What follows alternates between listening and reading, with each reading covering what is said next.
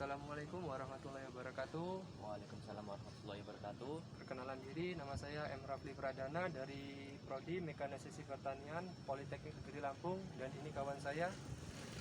Nama saya Muhammad Akmal Ayasa dari Prodi Mekanisasi Pertanian NPM 2173 2018. Yang ini kamu ada praktik, guys? Nanti ada praktik jam 2. Kemarin itu pas kita mata kuliah PKN itu membahas tentang apa ya? Di mata kuliah kita membahas tentang materi demokrasi. Demokrasi. Nah, jadi di sini kita akan membahas tentang demokrasi. Menurutmu apa yang dimaksud dengan demokrasi? Menurut pendapatku, demokrasi itu adalah sistem pemerintahan yang diselenggarakan dari rakyat, oleh rakyat, dan untuk rakyat. Jadi di dalam demokrasi itu istilahnya rakyatlah yang sepenuhnya memegang pemerintahan. Jadi kehendak rakyat itu sangat dioptimalkan lah, jadi suatu prioritas istilahnya. Prioritas utama untuk rakyat. Ya mungkin begitu. Nah, untuk pertanyaan selanjutnya, menurut pendapatmu bagaimana demokrasi di negara kita? Menurutku cukup baik sih, selama ini sudah berjalan dengan baik. Menurut pandanganmu bagaimana? Menurut pandanganku masih ada yang kurang karena terkadang pendapat masyarakat kecil masih terabaikan di pemerintahan pusat. Ya benar juga sih, emang terkadang pendapat masyarakat itu masih dikucilkan di pemerintahan pusat. Dan terkadang juga wakil rakyat itu tidak sesuai dalam penyampaian aspirasi masyarakat di pemerintahan pusat. Nah, jika di lingkungan tempat tinggalmu, bagaimana? Apakah demokrasi berjalan dengan baik? Di lingkunganku selama ini berjalan cukup baik. Seperti contohnya pemilihan kepala desa, adanya kebebasan menyampaikan pendapat untuk kemajuan di desaku. Menurutmu contoh kasus pelanggaran demokrasi di Indonesia itu bagaimana? Contoh pelanggaran kasus demokrasi seperti money politik atau yang disebut dengan politik uang.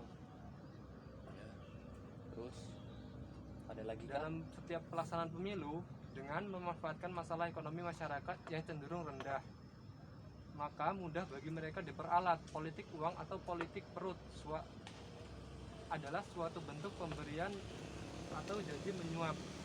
Jadi masyarakat itu disuap untuk memilih suatu partai politik lah. Jadi di situ masyarakat itu diiming-imingi sejumlah uang untuk memilih calon rakyat tersebut.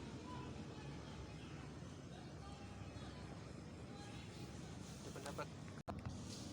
Dan menurutmu apakah masih ada pendapat lain? Menurutku sih masalah demokrasi itu banyak ya, tapi aku kemarin tuh cepat baca itu ada namanya intimidasi. Intimidasi ini sangat berbahaya. Sebagai contoh, seringkali oknum yang melakukan intimidasi terhadap warga agar mencoblos salah satu calon. Intimidasi juga disebut dengan cowing, yang dimaksud perilaku yang akan menyebabkan seseorang pada umumnya akan merasa takut cedera atau berbahaya. Jadi ini sangat membahayakan karena akan terjadi golput, istilahnya dalam pemilihan itu ada kecurangan karena salah satu pasangan calon itu melakukan suap pada masyarakat. Jadi ntar hasil perhitungan itu tidak sesuai lah sama yang sebenarnya karena ada iming-imingan uang tadi itu.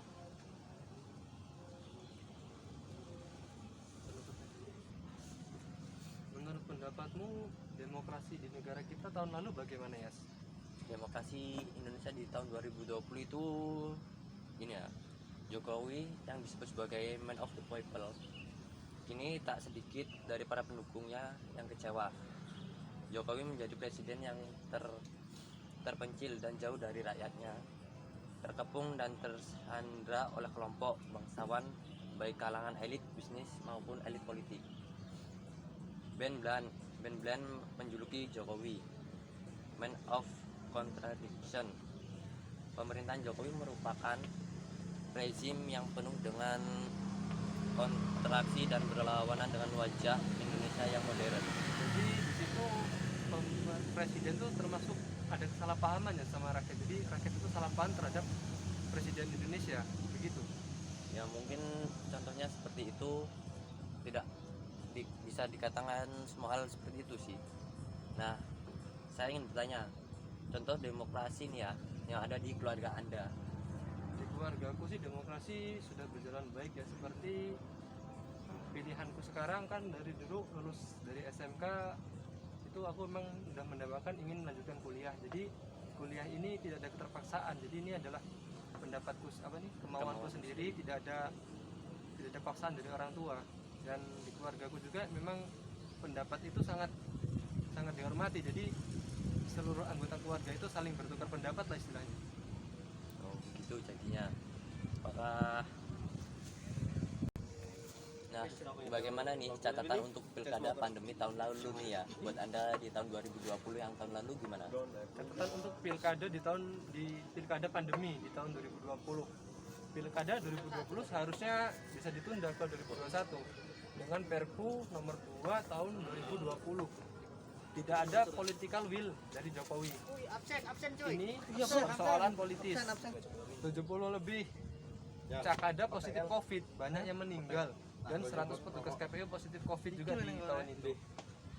968 KPPS di Jawa Tengah positif COVID, dan ada 3.000-an KPPS di Sumber. 968 KPPS di Jawa Tengah positif COVID, ada 3.000-an KPPS di Sumatera Barat reaktif COVID, dan ketua KPU Kalimantan Tengah itu COVID dan meninggal, dan banyak lagi lah kasus-kasus. Jadi itu pilkada di tahun 2020 ditunda ke tahun 2021. Seharusnya sih begitu, karena kan di tahun 2020 itu masih ada pandemi COVID yang sangat parah pada tahun itu. Nah, jadi itu ini ya mau bertanya tentang Jokowi di tahun 2020 di mata masyarakat Indonesia itu bagaimana?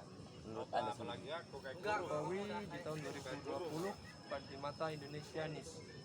Ya. Rezim Jokowi di tahun 2020 menunjukkan kekacauan dengan bukti hak sipil dan politik ditinggalkan Jokowi karena fokus pandemi, memberi uang luas terhadap militer mengatur urusan politik, resep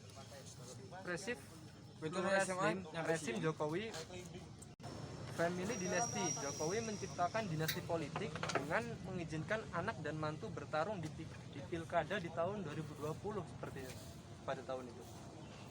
Apakah itu isu-isunya atau itu sebenarnya sudah menjadi fakta, karena pada tahun itu memang terjadi dan itu menyebar luas di publik pada tahun 2020 di masa pandemi waktu pilkada tahun 2020.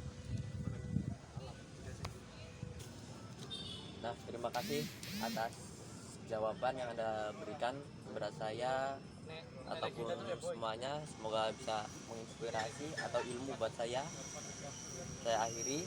Wabillahi taufiq wal hidayah. Wassalamualaikum warahmatullahi wabarakatuh.